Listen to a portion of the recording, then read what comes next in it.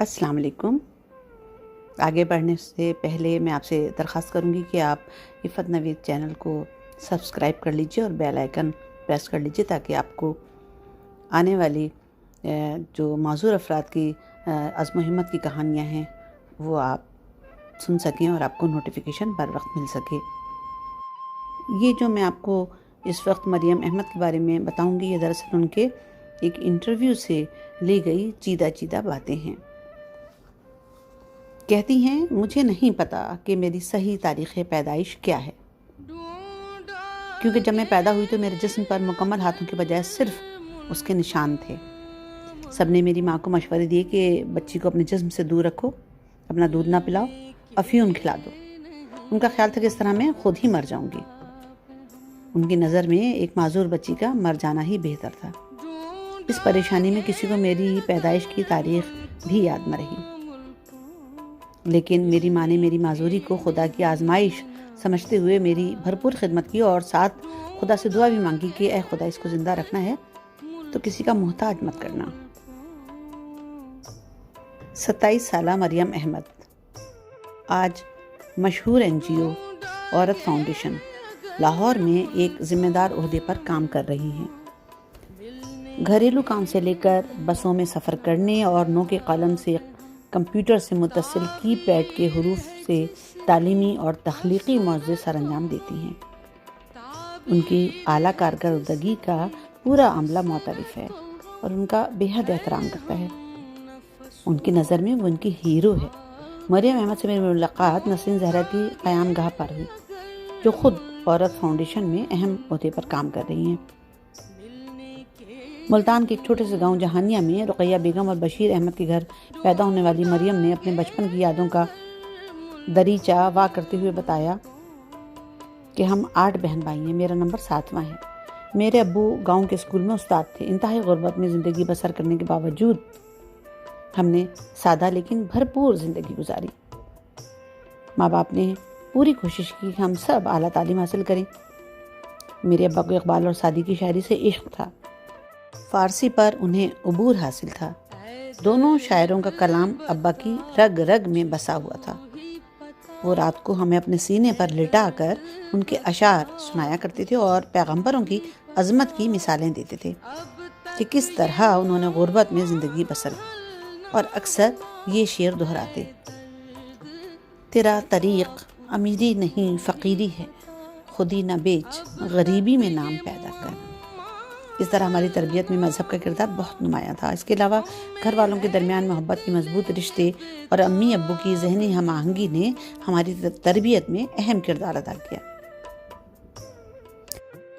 उनकी ये जिस्मानी कमी कैसे हुई?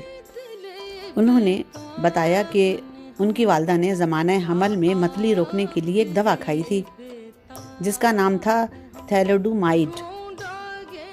वो दवा 1979 या 1978 में इस्तेमाल की गई थी और इसके नतीजे में पैदा होने वाले बच्चों में जिस्मानी नक़ाइस पाए गए और यूं उस दवा पर पाबंदी लगा दी गई। इस माजूरी ने उन पर क्या असर डाला? इस सवाल के जवाब में उन्होंने बताया कि सच बात तो ये है कि मुझे अपनी माजूरी का कोई एहसास ना था, क्योंकि मेरे अम्मी अब्बू ने मुझे दूसरे नॉर्मल बच्चों की तरह पाला। उसी तरह काम करवाना, गुस्से में पिटाई कर देना, कोई रहम वाला रवैया ही नहीं था। 3 साल की उम्र में पढ़ाना और फिर स्कूल भेजना शुरू कर दिया।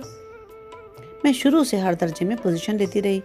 एतमाद से ज़िंदगी गुजारने में घर वालों के अलावा स्कूल के असातिज़ा और साथी बच्चों का भी बड़ा अहम किरदार था। घर में खाना पकाने, कपड़े धोने और सफाई सुथराई जैसे तमाम काम करती थी। स्कूल में भी बेहतरीन तालबा होने की वजह से हमेशा मॉनिटर बना दी जाती। मेरी असातिज़ा ने काम लेने में मुझसे कभी रियायत नहीं की, बल्कि जानबूझकर ज़्यादा काम करवाती ताकि मुझ में किसी किस्म का एहसास कमतरी पैदा ना हो। तालीम के अलावा स्कूल के ड्रामों और मौसीकी के प्रोग्रामों में भी हिस्सा लेती थी और 9वीं 10वीं में मुझे पहला इनाम मिला। उन्हें अपनी माजूरी का एहसास कब हुआ, इसका जवाब उन्होंने इस तरह दिया कि ये एहसास पहली बार उस वक्त हुआ जब मैं 8वीं जमात में थी। मेरी क्लास टीचर ने हम सब बच्चों का ग्रुप फोटो उतरवाया।